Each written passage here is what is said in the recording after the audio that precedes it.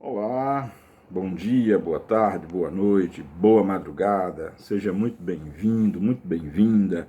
Meu nome é Marcos Venício e quero te convidar para a nossa aula de número 56 da obra O Livro dos Médiuns, né? Obra basilar da doutrina espírita, né? Fundamental para compreender os fenômenos espíritas, espiritualistas, compreender inclusive um pouco da psique humana. Muito importante, é um estudo, é uma viagem profunda ao longo do próprio ser, inclusive para você conhecer mais a si mesmo.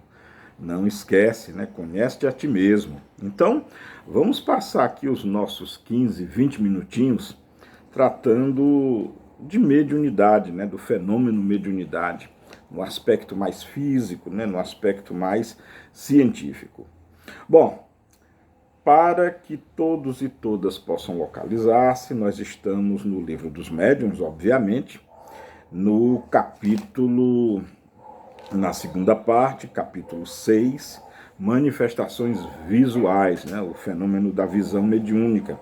Então nós estamos no item 100, e o item 100 tem umas perguntas, uma série de perguntas dentro do item 100. Na aula passada nós vimos até a pergunta de número 5. Vamos agora dar continuidade, vendo a pergunta, analisando, né, comentando a pergunta de número 6. Lembrando que o que se trata aqui nesse nosso canal, nesse nosso modelo, nós estamos fazendo um estudo dirigido de O Livro dos Médiuns. Então, na pergunta número 6, Kardec questiona o seguinte: qual pode ser o objetivo dos espíritos que têm uma intenção má em se fazendo ver, né? Então, qual o objetivo dos espíritos que têm uma intenção má em se fazendo ver? Resposta: amedrontar e frequentemente vingar-se. Bom, amedrontar, sabemos que talvez 9 entre cada 10 pessoas tenha medo de fantasmas, de espíritos, né? Inclusive muitos espíritas, viu? Tem medo de espíritos. É muito comum, de vez em quando, me permita assim a descontração, né? Às vezes você está na casa espírita, cujas atividades geralmente é à noite, né? Então você está numa atividade, numa reunião, então dá ali por volta de 21 horas, né? Termina as atividades, alguém inventa de ir no banheiro nessa hora, aí todo mundo sai, tranca as portas, apaga a luz, pense no pânico. Pense no pânico. Já aconteceu isso com você? Ou você já viu acontecendo? Comenta aí então. Bom, então tem uma subpergunta dentro da pergunta 6. Qual é o objetivo dos espíritos que vêm com uma boa intenção? Né? O contrário, né? O espírito que se torna visível agora com uma boa intenção. E o objetivo é consolar as pessoas que os lamentam, provar que existem e que estão perto de vós, dar conselhos e algumas vezes reclamar assistência para eles mesmos. Olha que coisa interessante. Então, se a pessoa, e aí falando agora também de uma maneira muito séria, se a pessoa conseguir controlar o ímpeto, né? Se a pessoa conseguir controlar o medo, né? E ouvir, né, o que o espírito tem a dizer, começar a conversar com ele, senti-lo, entender que o espírito é tão real quanto o corpo que nós usamos, que o espírito, na verdade, faz parte da criação também, que o espírito é o princípio inteligente, que o espírito é o que anima o corpo, inteligentemente falando. Então não precisa ter medo, aí você começa a ouvi-lo, você começa a entabular um diálogo, quem sabe, você começa a expressar atenção, respeito, responsabilidade, né? Carinho, afeto, interesse, né, na questão dele, que ele possa propor, e aí quem sabe você possa ajudá-lo também, né? Então, é muito importante, vale muito a pena, tá? Muito interessante, eu vou até sublinhar aqui, ó, muito importante essa pergunta sexta, sobretudo o subitem aqui retratado. Muito interessante mesmo. Bom, vamos agora à pergunta, né? Questão de número 7. Questão de número 7. A questão é a seguinte: que inconvenientes haveria se a possibilidade de ver os espíritos fosse permanente e geral? Não seria um meio de tirar as dúvidas dos mais incrédulos? Olha só. A questão é a seguinte: já imaginou se a visão dos espíritos, né, ver os espíritos fosse algo constante, geral e tudo? Eu penso que seria um caos, né? Eu penso que seria um caos. Já imaginou? Basta você imaginar a vida de um esquizofrênico, né? Que é a esquizofrenia? No processo esquizofrênico você vê coisas que ninguém vê, só que são coisas irreais, né? Não existem. E imagina o sufoco, o drama. O drama. Tem um filme muito interessante, que eu gosto muito de cinema, né? Adoro cinema. Tem um filme que eu gostaria de indicar, que toca nesse tema, não da mediunidade, né? Não na visão mediúnica, mas na visão esquizofrênica. O filme chama-se Uma Mente Brilhante. Uma Mente Brilhante, que conta a história do matemático, acho que Noether, uma coisa assim. É um filme interpretado pelo Russell Crowe, acho que ele ganhou Oscar. O filme vale muito a pena, que conta a história desse matemático, que ele conviveu a vida inteira, ele viveu a vida inteira dele com esquizofrenia, e ele sofre, viu? Sofre muito com os tratamentos que são impostos a ele e tudo. Vale a pena muito ver o filme. Bom, mas vamos retomar a questão aqui, ó. Eu vou só repetir, né? Porque eu até falei de outras coisas e não foquei na pergunta. Que inconvenientes haveria se a possibilidade de ver os espíritos fosse permanente e geral? Não seria um meio de tirar as dúvidas dos mais incrédulos? Olha a resposta que os espíritos dão. Estando o homem constantemente rodeado de espíritos, sua visão incessante o perturbaria, com certeza, né? O torturaria em suas ações e lhe tiraria a iniciativa na maioria dos casos, enquanto que, crendo-se só, age mais livremente. Quanto aos incrédulos, eles têm bastante meios para se convencerem, se quiserem deles se aproveitar, e se não estiverem cegos pelo orgulho. Sabeis que existem pessoas que viram e que não creem mais por isso, uma vez que dizem serem ilusões. Não vos inquieteis por essas pessoas, Deus se encarrega delas. Verdade, né? Aliás, Jesus já dissera, né? Benditos, bem-aventurados aqueles que não viram e creram.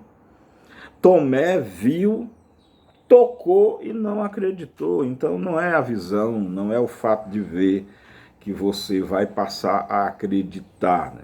Aí tem a ver com seus valores, com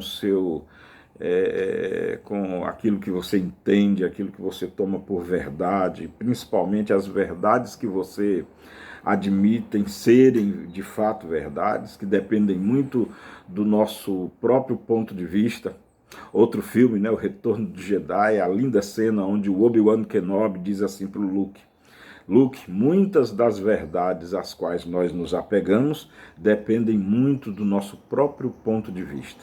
E isso é verdade mesmo. Então, de fato, se nós víssemos à torta e à direita incessantemente, como eu havia dito antes, seria um caos, seria verdadeiramente um caos. A nossa vida seria muito difícil de lidar no dia a dia, se concentrar no que você está estudando, se concentrar no seu trabalho, se concentrar no que você está fazendo aqui e agora. Não seria um benefício, não seria uma boa coisa, não. Então, muito interessante, tanto a pergunta quanto a resposta. E há uma nota, tem uma nota do Kardec aqui, olha só. Haveria tanto inconveniente em se ver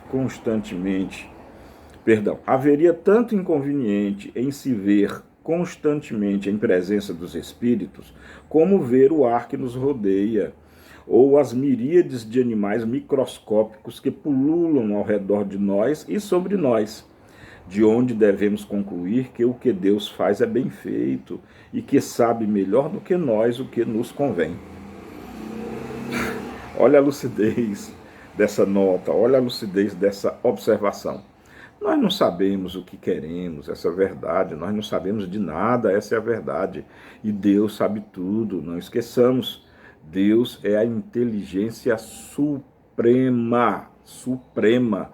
Não há inteligência superior de Deus. Então, é a questão de entregar-se, né? A questão até um pouco resiliente de confiar. Deus sabe o que faz. Deus sabe o que faz. Eu acho que isso encerra essa questão, não é? Bom, oitava e muito interessante questão. Pergunta, né? Se a visão dos espíritos é inconveniente, por que é permitida em certos casos? Olha como Kardec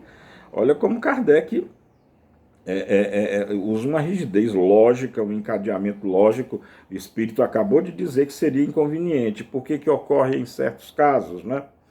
Resposta: é para dar uma prova de que não morre tudo com o corpo e que a alma conserva a sua individualidade depois da morte.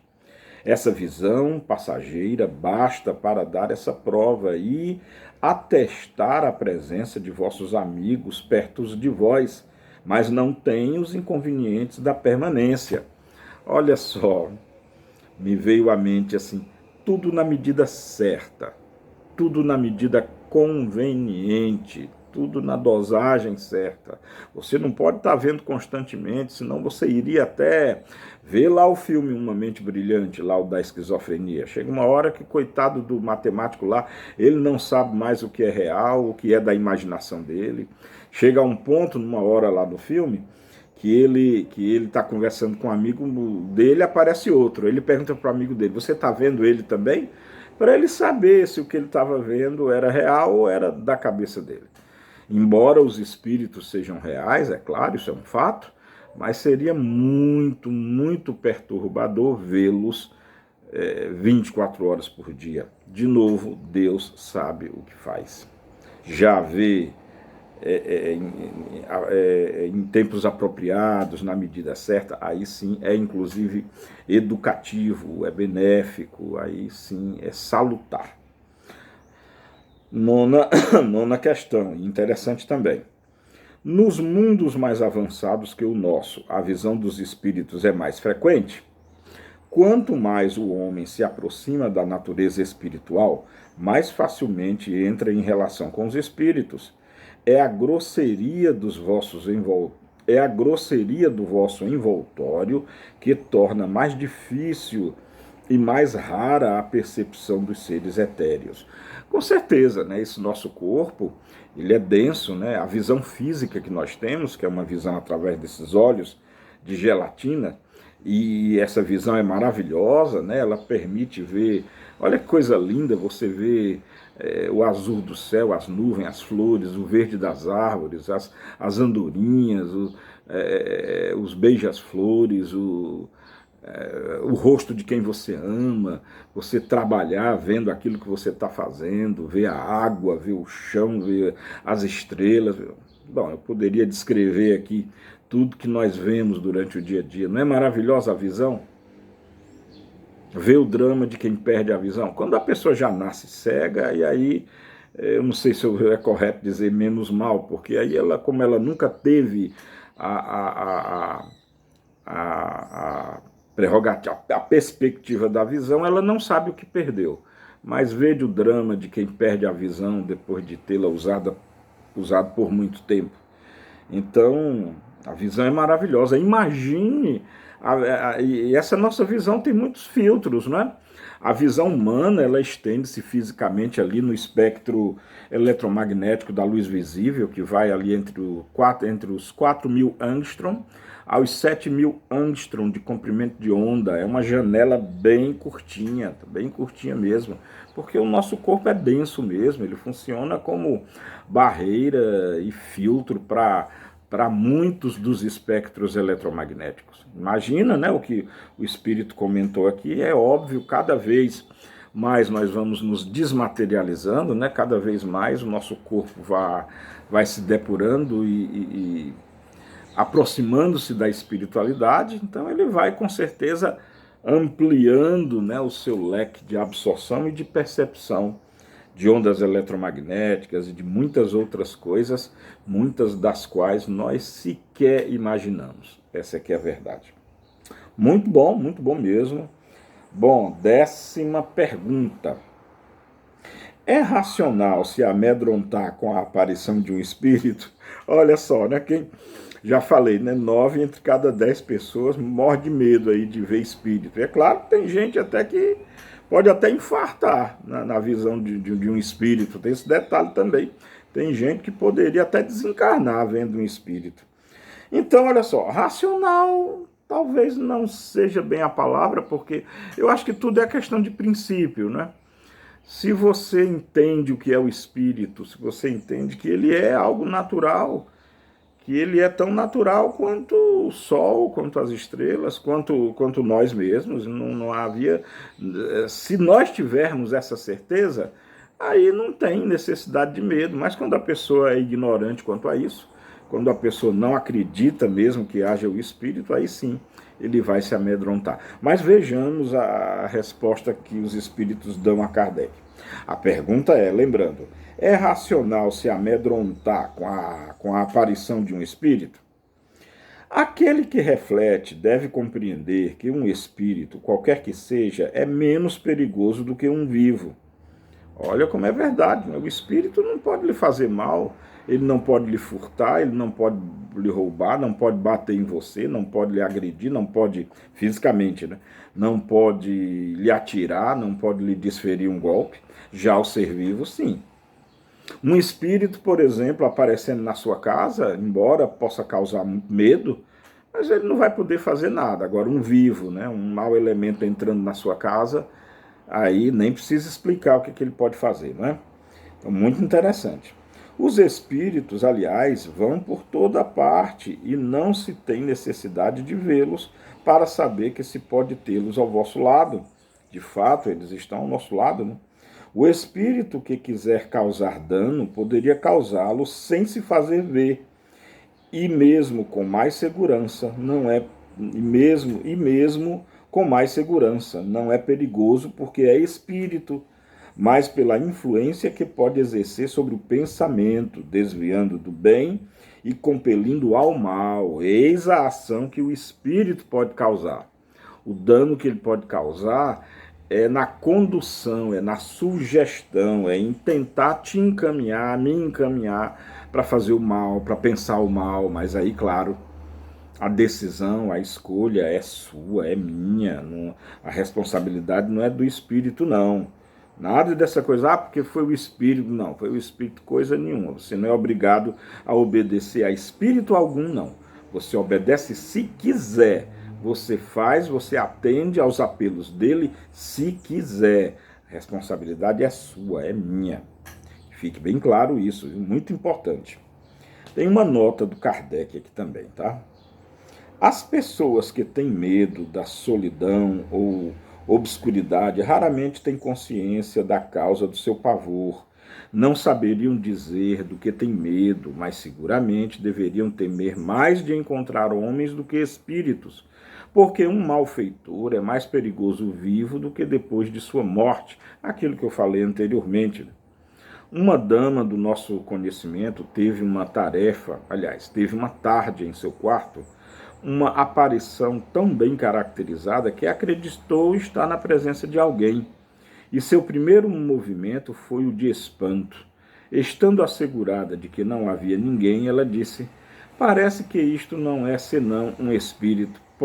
Posso dormir tranquila." Olha que coisa interessante, uma pessoa bem consciente, né? Viu uma pessoa, quem sabe tratou-se de uma materialização, né? Porque ela disse que era tão real como se fosse uma pessoa, mas quando ela percebeu, né? Provavelmente era à tarde, né? Estava ali no descanso, talvez após o almoço, né? Enfim, estava descansando, quando soube que era um um espírito, olha só o que é que ela diz, posso dormir tranquila. Isso sim é racional.